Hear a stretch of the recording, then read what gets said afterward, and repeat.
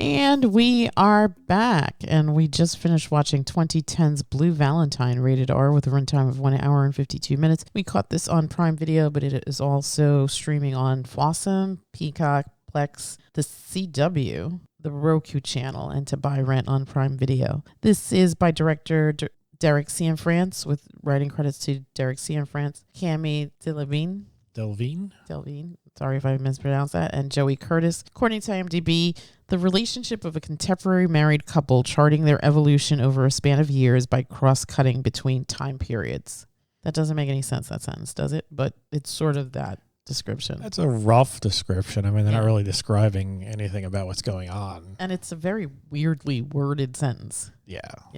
This stars Michelle Williams as Cindy and Ryan Gosling as Dean, two people who meet by chance and then form a relationship, and how that relationship, it's intercut, I guess, at the spoiler, at the end of their relationship and also at the beginning of their relationship. Mm-hmm.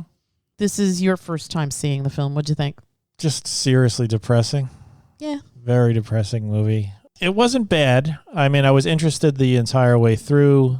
These characters aren't meant to really be liked, I don't think. They each have their flaws. Fair, but I feel genuinely like Dean.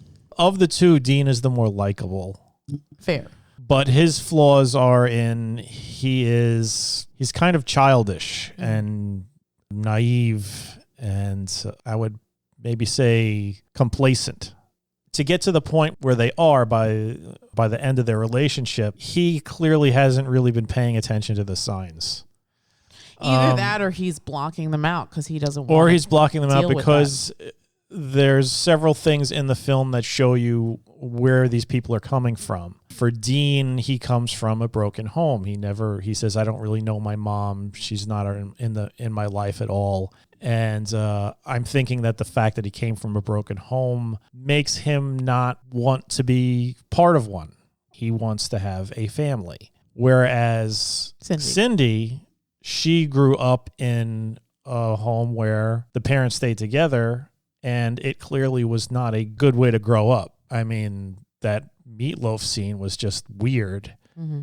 And then even you could see it also when she invites Dean over for dinner, the way she's sitting, her body is moving away from her dad and her arm is like up sort of almost defensively. And that was like probably the most pleasant you see of the dad when they're all sitting at dinner and talking with each other. So they're coming at it from different sides of the type of family that they come from, the type of family that they don't want to be a part of. And their relationship, I feel like they probably could have figured that out before they actually got married. Their marriage was one of kind of rushing and maybe convenience, maybe obligation, maybe wanting to do the right thing, maybe just infatuation.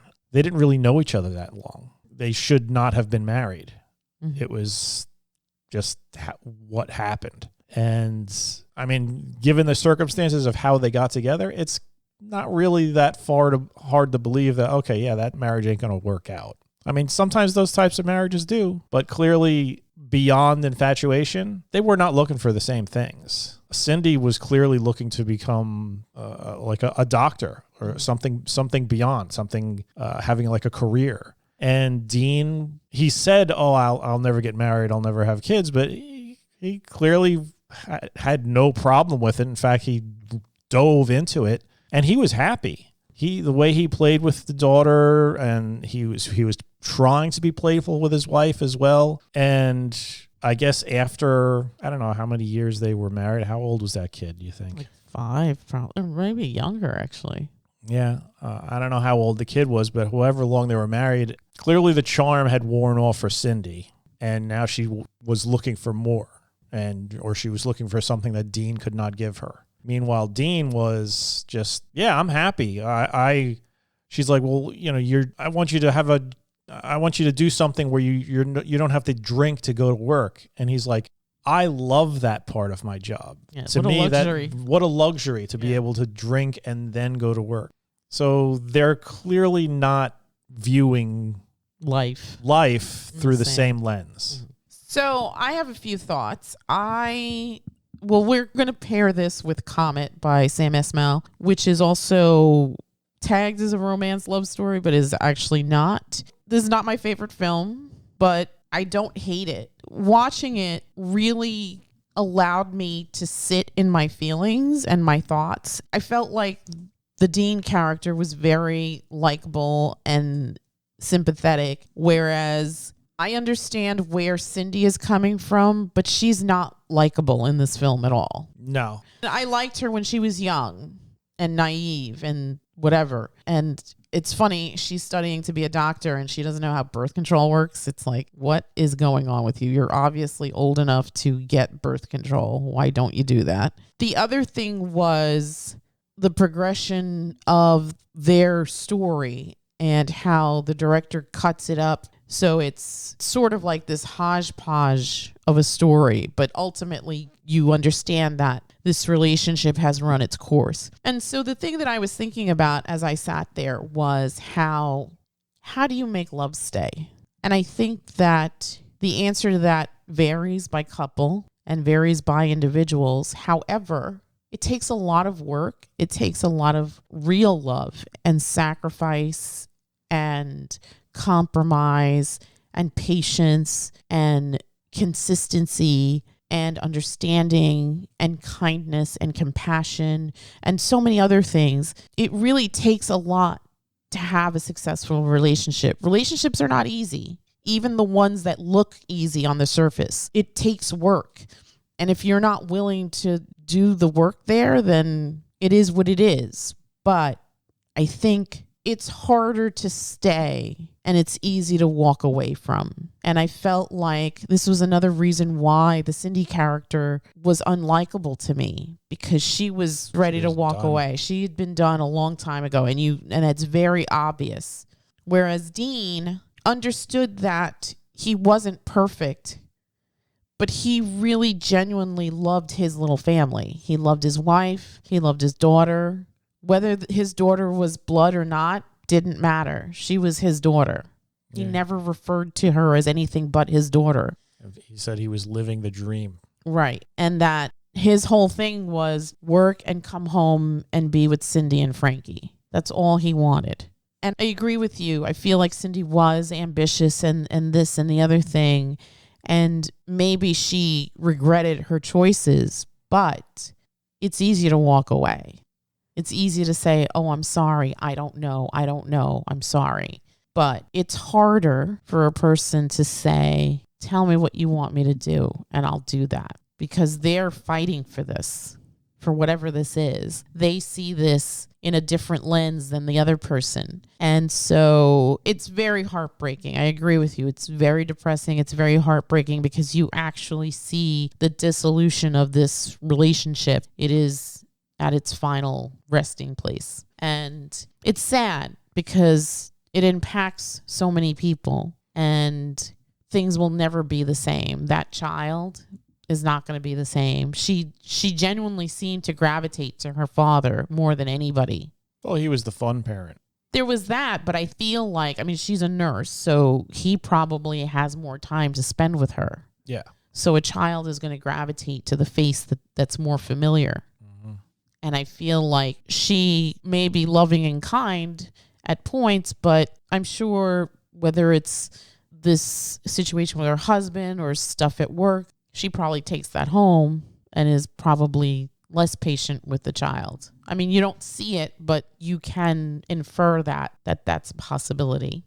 I also got the impression that it was never love for her, for him. And honestly, it really wasn't love for him either. It was... He was in love with the idea of being in love? No, he was genuinely attracted to her. He said, is love at first sight a real thing? And we've had this discussion before. No, it's not. That's attraction, what you're experiencing. And you don't build a lifelong commitment to somebody based upon, oh, they're cute.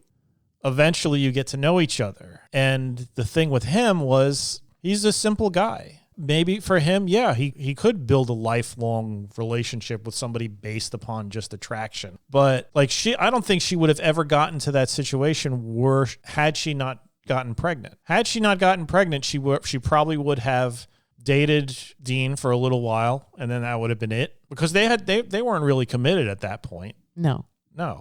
And that would have been it. She would have found somebody else and Continued. maybe finished school, maybe gone on to become a doctor, maybe what her eventual goal would have been if she hadn't gotten pregnant. But she did. And I guess she was still pursuing her career. Maybe it wasn't as direct as she would have liked because life got in the way. But for me, the issue was, you're right. You do have to work at it. But in my mind, for her, it's sort of like I'm working for something that I was never really interested in to begin with. I don't know. I don't know. She definitely liked him. I think she definitely but I liked don't him. think, and I think she was like incredibly grateful to him. Mm-hmm.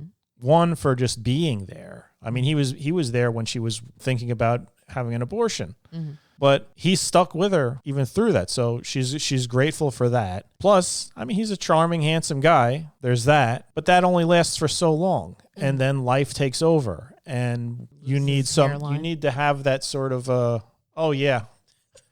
And I was like, wow. That happened fast. Yeah.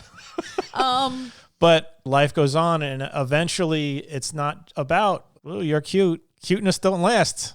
He wasn't cute Ryan Gosling anymore. He was balding, paunchy Ryan Gosling. And for her, it was like all the things that he was doing that were fun. You could see she was getting pissed. Yeah.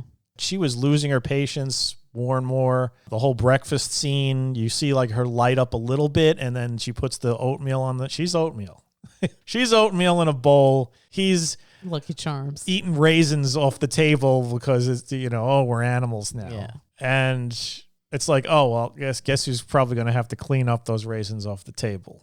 So, to what you're saying, he genuinely would have tried to fight for it. He would have been willing to do anything, I think. Mm-hmm. I just feel like I said, for somebody who said, oh, I'm very intuitive, he really wasn't reading the signs, and he wasn't making the effort to, I guess, meet her halfway there, to the point where she is just like, I'm out, I'm done. Mm-hmm. And another issue was, like I said, he was very childish, and he was also kind of volatile. He really would fly off the handle sometimes. But I don't think he, as far as like him like actually hurting her or anything like that, I don't think he would have ever done that. Like that is like alien to him. Right. But sometimes it was, you could see how she could get frustrated having a discussion with him, because he would suddenly get like angry about stuff, and he had like this weird, what do you mean? What do I mean? Or what does that mean? What is that supposed to mean? What is that supposed to mean? Yeah, what is that supposed to mean? And it ranged from, I ran into Randy or Charlie, whatever Bobby, the hell. Bobby Ontario, with the stupidest name ever. Yeah. Don't you feel like you're wasting your potential? Potential, what does that mean? Yeah, what does that mean? Potential for what? It's sort of like, that's just an innocent, that's a question that couples have. When you're speaking with somebody who you're in a long-term lifetime commitment, you're going to have discussions, and it's not always going to be, hey, we're going to the future and we're going to have sex on a red that rotates and we're going to get drunk and it's a party all the time. Sometimes you just want to have a discussion. Mm-hmm. And in my mind, that's what she needed. And he had everything that he needed. Mm-hmm.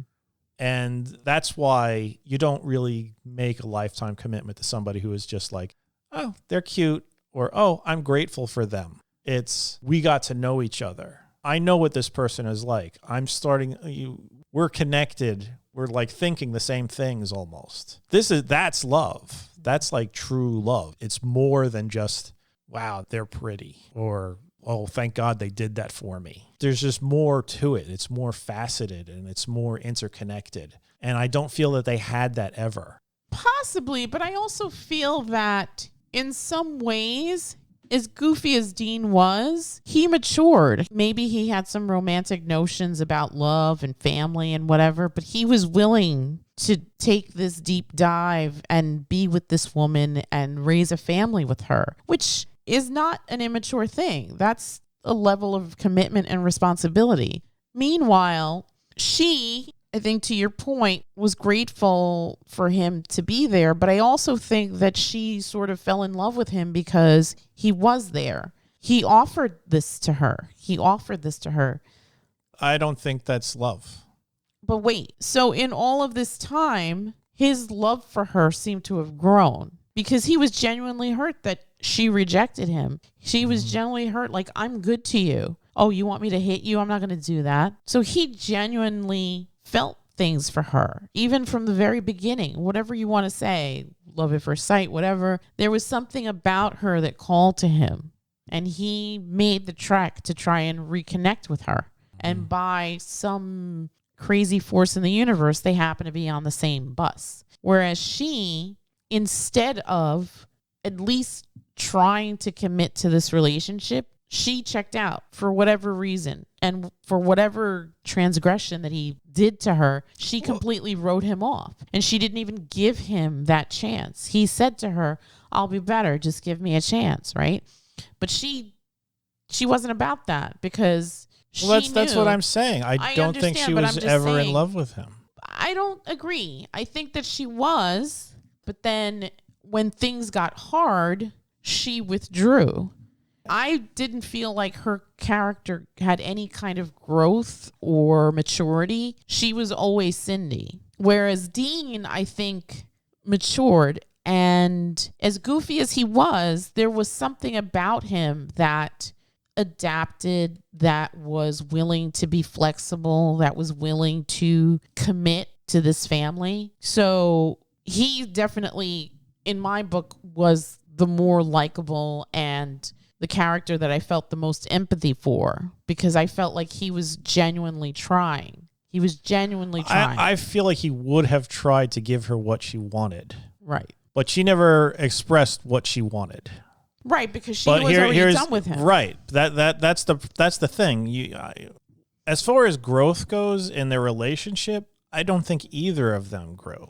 I don't believe either of them grew. I believe that at the end, when with the threat of, all right, that's it, it's done, Dean was basically begging, just tell me what you need me to do and I will do it. For her, it's like, no, it's already done. It's already done. It's already over. And I'm saying it's probably easier for her to feel that way. One, because she's completely checked out. She doesn't want to raise her daughter in a house where they're just living together in some sort of like hate marriage. But that's just her, because he didn't hate her. Exactly. That's just her. Right. That's how she grew up. She also grew up with the advice from the grandmother. Did you love grandpa? In the beginning, same thing with her. She felt something for Dean in the beginning. That was it. To me, that's not true love. They never had that chance. Maybe, who knows? Maybe if the situation did not happen the way it did, they would have been able to develop that. In my mind, I don't think so. I think that at some point she would have just been like, I can't talk to you, you're like a child. They would have broken up because of that. Instead, they're married and they got a kid. So the way I saw it, I didn't really feel like she was ever really in love with him. I agree that they didn't really have any growth, but I don't feel that Dean had that growth because he never really got the chance to have that growth. I don't know. I think to some extent he did, but because he was committed to the relationship. I don't think that she was as committed to it as he was. I think in the beginning she saw stars and hearts and flowers, but as time went on, she realized that this is not what I want, because she was always operating from a place of what serves me.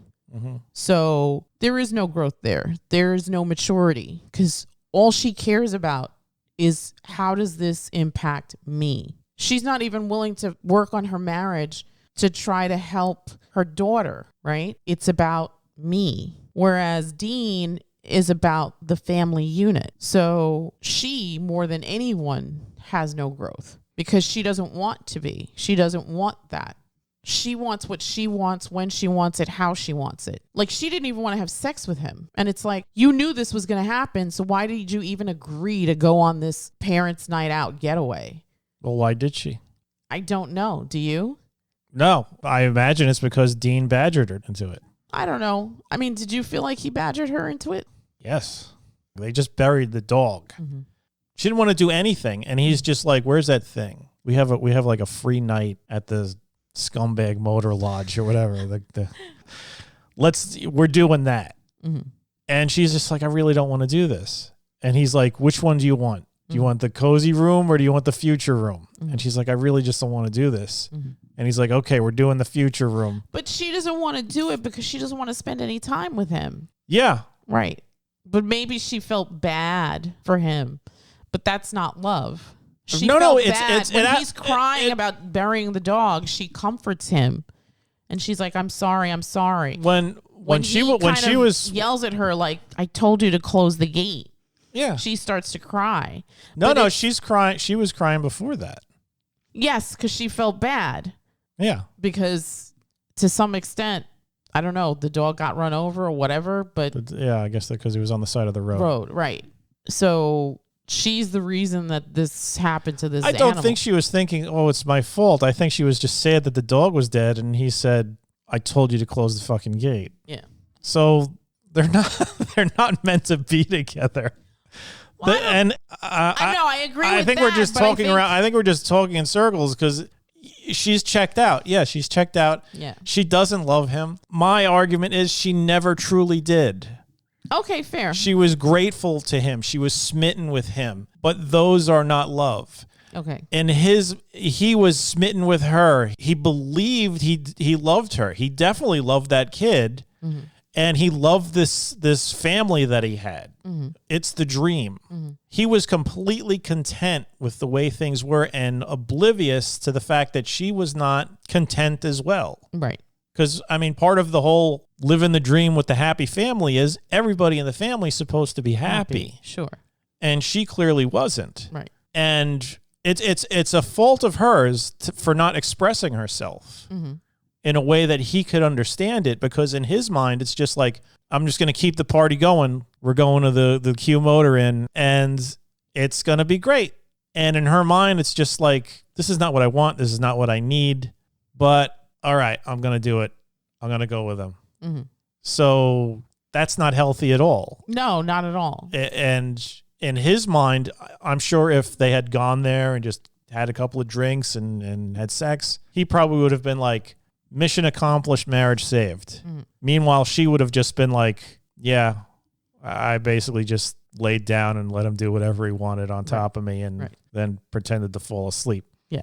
So they're not in the same relationship. No, definitely not. They're absolutely not in the same relationship. She absolutely abandons him with a note. She could have woken him up and said, she could have woken him up and said, "Hey, I got called in. We got to leave." Yeah. Yeah. But she's checked out. But that's the thing. She never thought in terms of we. At that point, no. Probably from before that. I mean, she has her own interpretation of this relationship where her work friend is like, "Oh, don't let him bully you. Oh, don't let him brainwash you." Brainwash you. Yeah. Right. Because she's clearly venting at work to these people. Right. But it's her perspective. It's not could possibly be happening. But here, I agree with you. This is hear me out. It's toxic. They shouldn't be together. But is maybe brainwashing is too strong a word. But he did get her to go to the Q Motor Inn or whatever that place was, mm-hmm. and she didn't want to. Mm-hmm. But she did. I mean, but but this is the thing. You're a grown adult. It's like, you can't say, you know what? I mean, why don't we just get some shivas and then just come home and have a party here? For some reason she felt like she couldn't do that, and maybe that had to do with her upbringing. Possibly. I mean, I doubt they would have included any of the scenes with the father if they weren't relevant to the story. Mm-hmm. And they wouldn't have included that little talk with the grandma either. Mm-hmm. All those things are facets of her personality, or things that made her who she is. Mm-hmm. And all of those things together made me firmly believe she'd never loved Dean. Mm-hmm. She was, like I said, she was smitten and she was grateful. I agree with you. I think at the end of the day, it's a toxic relationship. They shouldn't be together. And unfortunately, people are going to get hurt because that's the thing. To me, the most depressing thing is the little girl. Yes. Because she's so damn cute. She loves her dad just so much. Yeah. And now this is happening, and there's not going to be any kind of reconciliation there. No. 1 to 10, what would you give this? This isn't really any sort of film I'd ever want to go see or see again. So it was well done. It was nicely shot, well acted, but it was just too depressing for me. I'm just going to give it a 6. 6. I enjoyed it. I agree. It's not my favorite film, but I don't hate it. And I do have a lot of feelings and thoughts about the characters and the situations. I agree, too, that it was beautifully shot. Michelle Williams does a really great job as Cindy. Ryan Gosling is heartbreaking as Dean. That little girl is so damn cute. Yeah, I enjoyed it. I agree with you. It's not something I'd want to see all the time. It's not like Dune where I want to sit and watch it like a mental patient. But again, we're going to pair this with Comet, which is also the end of a relationship, so to speak. I hated that movie too, by the way. I'm you not did. on that review, but I hated that movie. I know you did. But there's like a theme here of just dysfunctional relationships. Mm-hmm. And I think that this one too would fit into that. And it's sad because this is the end of a marriage and how that impacts everyone. I think on a scale of 1 to 10, I would give this a 7. I think the performances are strong. All the technicalities, the cinematography, the art direction, the costuming, all of that really works well. You see them as young people, how they dress. It felt very much like Billy Berg in the beginning when they first meet. I don't know if it was shot there, but it doesn't matter. And then, yeah, that motel room was crazy. Yeah. You remember commercials for places like that. A cute motor in it. You'd have like the hot tub shaped like a giant glass of champagne. God. It's just, God. Ugh. I wonder if I guess I can only imagine how just sticky everything was in that room. Just imagine if they go in there with the blue light. The blue light, it's how did that spatter get on the ceiling? Yeah. Just dry jism everywhere. Oh. All right. I guess this film should also come with a trigger warning because it is not a happy film. No. And there's nothing Valentine-ish about this. No. This story. This again is the end of a marriage. Mm-hmm. I liked it though. It was good. It was depressing, but it was good, I thought. Yeah, it was nicely done. It was just too depressing for me. And like I said, this isn't the sort of thing I'd ever want to seek out or watch again. Yeah. All right. Well, again, if you are so inclined, we caught this on Prime, but is playing on several platforms from 2010. Blue Valentine, rated R, with a runtime of 1 hour and 52 minutes. And with that, we will bid you all a good night. Good night.